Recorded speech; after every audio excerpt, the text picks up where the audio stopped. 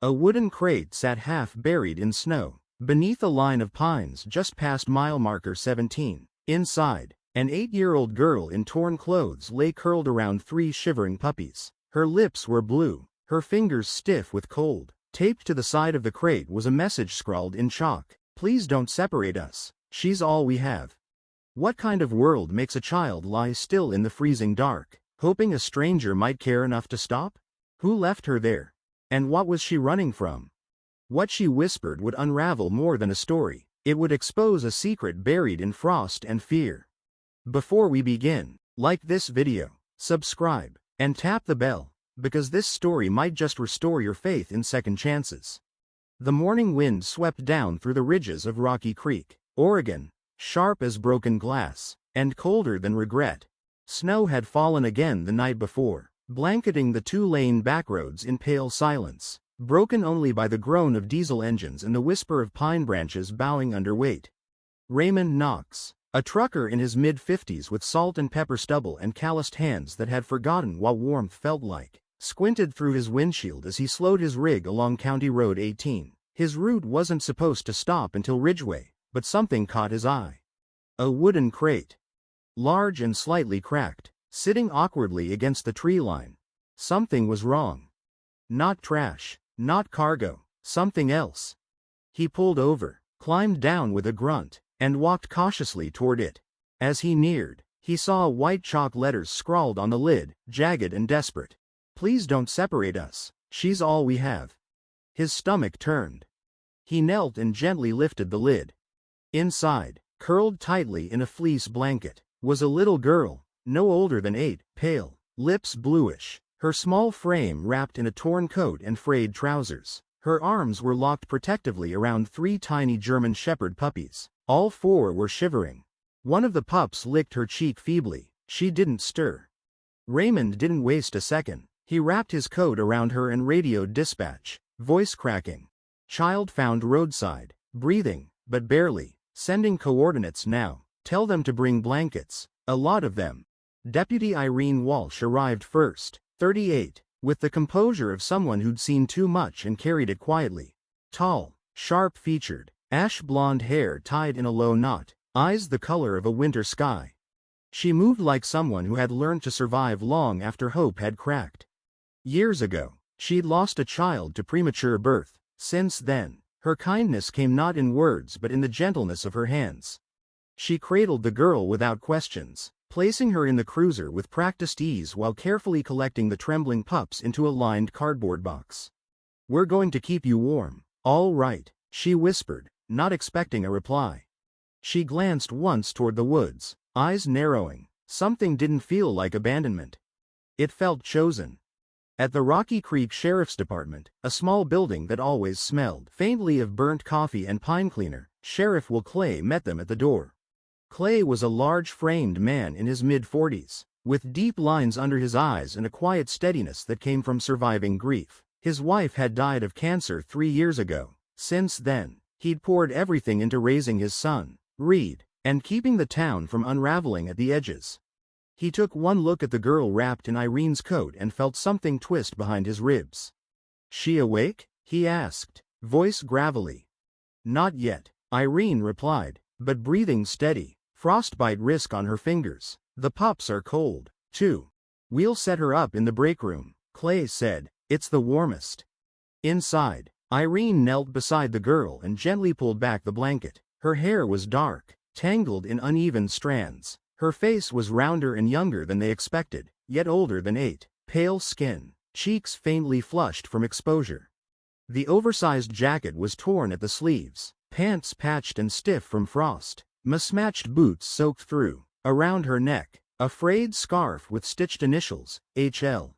She stirred suddenly, fingers flexing. One of the puppies whimpered. Her eyes fluttered open, gray-green and wary. She saw unfamiliar faces, fluorescent lights. She tried to sit up.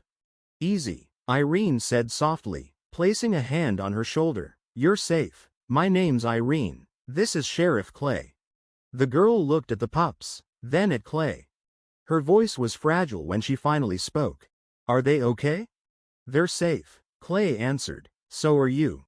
She stared at them for a long moment, then said, "I'm sorry if this causes trouble, but they don't deserve to be left behind. Not again."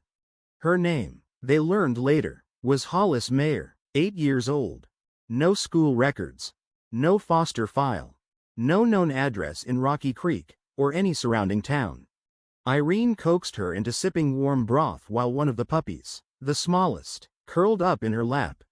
"She's from Jackson County, I think," Irene murmured to Clay later in the hallway. "That's where Route 18 starts. I remember hearing rumors last year about a dog breeding operation out there, unlicensed. Got shut down, but nothing stuck." "You think she came from there?" Clay asked. "I think she ran from something," Irene replied, "and she wasn't running alone." Back in the break room, Clay noticed something poking from the inside lining of Hollis's coat. A folded piece of paper, creased to near tearing. He opened it carefully. A rough hand-drawn diagram of wooden kennels, cages labeled with letters, and a note scribbled in slanted, panicked handwriting. "Move them before Friday. If not gone, destroy."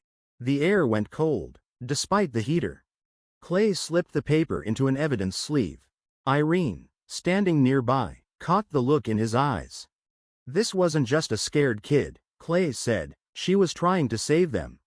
"I know," Irene replied, and she did. By evening, with Medford's hospital still overwhelmed from the storm, Clay made a quiet decision. "She stays with me tonight," he said, glancing at the box of pups. "All of them." Irene raised an eyebrow. "You sure?" "She doesn't trust anyone yet," Clay said, "but she looked at me when she asked about the dogs, like maybe I wasn't the first adult to turn away. I don't want to be the next." The storm had passed. The cold hadn't. Outside the frosted window of Clay's spare room in Sierra Hollow, snow blanketed the trees like frosting on a forgotten cake. In the far corner of the bed, a small figure sat curled up, bare knees hugged to her chest, an oversized hoodie slipping down her shoulder. Tangled brown hair fell over her eyes. Under the quilt, 3 tiny German Shepherd puppies squirmed for warmth. The runt, with a white dotted paw, let out a snuffling snore against her ribs. She didn't move. A mug of cider, now cold, sat untouched on the nightstand. Downstairs, dishes clinked softly. Someone was awake, probably the tall woman with the firm eyes and quiet hands. The one called Irene. By mid-morning, she followed the puppies downstairs, their tiny claws clicking over wood. She walked barefoot, the sleeves of the hoodie swallowing her hands. In the living room, a boy sat cross-legged on a braided rug, 12, maybe, shaggy blonde hair, a smear of charcoal on one cheek. He looked up and grinned. "Hey, you're up." She didn't reply, only tilted her head at his sketch. A birdhouse, oddly detailed, vines curling around the base, like they were holding it up. "I've got something to show you," he said, "if it's not too cold." She hesitated, but the puppies trotted after him. So she followed.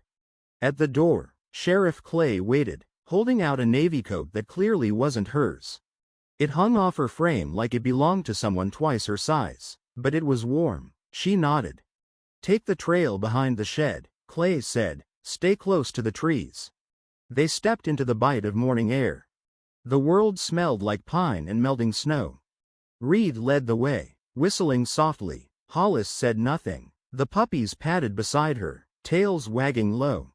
10 minutes down the trail, they reached a glade. Snow opened like a curtain. At its center, a crooked wooden post with 3 tiny houses nailed to it, painted in blues and greens. One had a name etched at the base, Maribel. "My mom used to come here when she needed quiet," Reed said, voice soft. "We spread her ashes here." Hollis blinked. "She died?" "Cancer, 2 years ago." "I'm sorry." Reed shrugged, his throat tightening. "You ever feel like people leave before you understand what they meant?" She didn't answer right away. Then she whispered, "Me, Chow, my mom. She died in a fire." Reed's eyes widened, but he didn't interrupt. Later, back at the house, they sat with grilled cheese sandwiches and peeled tangerines. The puppies licked crumbs from the floor. Irene gently sat beside Hollis. "You don't have to tell us anything," she said softly, "but if you want to, we'll listen." Hollis looked down. Then, slowly, like peeling back something fragile, she began. He softened his voice. How do you know to write that sign? Hollis's eyes drifted to the window. Mama used to say, if you ever get lost, make sure someone knows what matters most. Reed stared down at the paper. That sign mattered. She gave a quiet nod. Outside, the wind tickled the eaves. Clay stood on the porch with a call on hold, staring into the pines. Something had shifted since that morning, a deeper kind of urgency. Back inside, Irene placed a folded piece of paper on the coffee table in front of Clay. Her brows were drawn tight. It was in her coat pocket, she said. Clay opened it slowly. It was a map, hastily sketched, with scribbled words across the top. Must move them before Friday or dispose. A red circle marked the back of a rural property labeled Luann's. He read it twice. Jesus, he murmured. That's real. Irene's voice dropped. And if it's true, there could be more. By evening, Clay pulled Hollis aside gently, kneeling so they were eye to eye. Sweetheart, he said softly, the note you had, was that where you used to live? She looked down at her lap. Her sleeves were too short now, and her hands were small and chapped. Luann's? She whispered. Did she hurt the puppies? Clay asked, his voice even. She yelled a lot, Hollis said they were trash pups. Maisie, she was their mom. Luann got mad at her real bad. Clay waited. She died one night, got stuck in the kennel gate. I found her in the morning. Luann didn't care, said it was a clean mistake. Her voice wobbled. Clay rested a warm hand over hers. You did the right thing, he said. You didn't leave them, you stayed. She looked up, eyes shining but dry. She was all they had, so I had to be next. Later that night, Reed sat on the rug, puppies tumbling over his sketchpad. Hollis giggled, a real, sudden sound that caught them all off guard. Clay smiled without turning. Irene glanced up from the note she was rereading. She's brave, Irene said. And we're not letting her carry it alone, Clay replied. Outside, the stars blinked over Sierra Hollow like quiet witnesses, and in a little house lit by a porch lamp and stitched with quiet love, a girl no bigger than grief itself slept with 3 puppies pressed against her ribs, safe, at least for now. The morning sun barely peeked through the heavy clouds that blanketed Sierra Hollow. Frost clung stubbornly to every porch rail and window sill. 8-year-old Hollis Mayer stood on the front step of Sheriff Clay's cabin, dwarfed by an old army green coat that hung to her calves. The sleeves fell over her small hands, and the hem of her faded blue cotton dress peeked from beneath the coat. Her canvas shoes, once white, were now gray with wear, soles flapping slightly as she walked. She sniffled once, tucked her scarf tighter around her neck, and looked down at the 3 puppies scrambling around her boots. Junie, the smallest, tumbled over her own paws and rolled off the second step with a squeak, landing in a snow pile. Hollis gasped and dropped to her knees, wrapping the pup in her arms. You're okay, she murmured, rocking gently, just silly. Bramble and Theo barked in short, excited bursts as if to agree. Their fur was dusted with snow, their tails wagging like metronomes set to joy. Hollis dug into her coat pocket, pulling out broken crackers saved from last night's dinner. She crouched and offered 1 crumb at a time. Only if you sit nice, she whispered with the weighty tone of a girl who'd learned how to keep peace with hungry mouths. Inside the house, Clay stood by the window, arms folded. He watched silently. The frown on his face wasn't unkind, just carved deep by years of worry. At the kitchen table, Irene sat with her coffee long gone cold. She won't be able to carry them far if she runs again, Irene said, not looking up. She's not running, Clay answered softly, not anymore. Downstairs, Reed was still asleep, pencil sketches scattered beside his bed like fallen leaves. He had drawn the puppies from memory. Junie's floppy ears, Bramble's bold stare, Theo's half-curled tail. Clay had seen the pages and hadn't moved them. He understood the importance of leaving things just where kids needed them to be. Later that morning, Hollis curled up on the couch, legs tucked beneath her, a puppy on each side. Irene knelt beside her with a gentle voice. Sweetheart, I know we asked before, but is there anything else you remember? Anything you haven't told us yet? Hollis looked down at her hands, red at the knuckles from cold. She hesitated. then pulled something from her coat's inside pocket, a scrap of paper folded into a square, worn soft like fabric. Clay sat beside her, careful not to crowd. She unfolded the paper. It was a simple map, shaky pencil lines, a barn, a row of kennels, one marked with a red X. At the top, in faint print. Still there, but not for long. "Do you know what this is?" Clay asked gently. Hollis nodded. "That's the place she kept the ones she didn't want anybody to see." "The dogs?" Another nod. "They cry at night, loud, but no one goes back there." Clay's jaw tightened. Irene put a hand on Hollis's shoulder. "Did someone hurt them?" Hollis didn't speak. Her eyes filled with tears. She shook her head, not in denial, but like someone trying to shake a picture from their mind. Clay stood. "I'll call Decker. This can't wait." That afternoon, Reed helped Hollis build a nest of blankets for the puppies in front of the fireplace. She giggled softly as Junie tugged on her scarf like a mischievous squirrel. It was the first time her laughter didn't sound like it came through a locked door. Snow fell again as evening crept in, closing the day like a curtain. Hollis dozed beside the fire, one hand resting on Theo's back, her face peaceful in a way it hadn't been since the crate. From the kitchen, Clay spoke into the phone, voice low and steady. "She's just a kid," he said, "but she might be the only reason those dogs are still alive." By late morning, frost still clung to Sierra Hollow. Clouds hung low, heavy with unfinished winter. Inside Clay's pickup, the heater blew lukewarm air, smelling of pine needles and engine oil. Hollis sat bundled in the passenger seat, knees poking through patched jeans, a thick quilt wrapped around her shoulders. Her oversized hoodie swallowed her frame. On her lap, a shoebox lined with flannel held 3 wriggling puppies. Junie squeaked once and licked her thumb. Hollis gave a small smile. In the backseat, Irene flipped through a faded county map. "We're getting close," she said. "Old Miller's property line runs parallel to the ridge, should be just past the next split." "Was this where they were?" Clay asked. Hollis pointed. "That barn, the red one. We had to hide when cars came." They turned onto a dirt road. Branches scraped the windows like brittle fingernails. The barn stood crooked at the clearing's end. Its roof sagged. One side partially collapsed. A rusted sign hung. "H.L. Kennels. No visitors." Inside smelled of mold, and something worse, long forgotten. Hollis wrinkled her nose but walked ahead. Her boots crunched over hay and broken boards. She stopped near wooden cages with wire fronts, names scratched into metal tags. "That's where they were born," she whispered. "Maisie was right there. I snuck blankets in when I could." Clay examined a corner cage. Fur clung to splinters. A broken dish lay in straw. "I used to talk to them," Hollis murmured, "told them stories about warm places." "You remember where the rest were?" Irene asked. She nodded. Around back, a tarp covered stacked cages, 5 in total, some still chained. Clay lifted one. Inside, a collar. "Buddy." "They didn't get moved," he said. "These were meant to be thrown away," Irene added. A sharp bark broke the silence. Bramble had slipped away, nosing under a loose board. Clay lifted it, revealing a crawl space.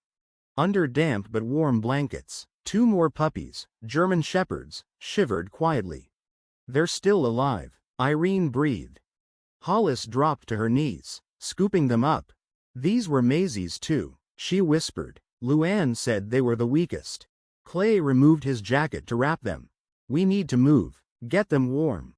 That evening, the pups lay curled in blankets in the evidence room, turned safe haven. Reed sat sketching their faces. Hollis quietly traced the edge of a drawing.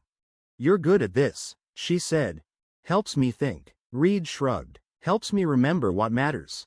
She looked at the pups, then back. "Do you think people remember stuff, even when it hurts?" "Maybe," he said. "Or maybe they remember because it hurts."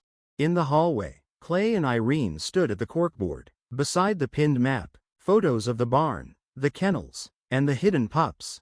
"Sheriff Decker's sending backup tomorrow," Irene said. "Animal control too." "About time," Clay muttered. She nudged him gently. "You did the right thing taking her in." Clay looked back toward the laughter drifting from the next room. "She saved 5 lives before anyone knew her name." The least we can do is remember it now. For the first time in a long time, no one was being left behind.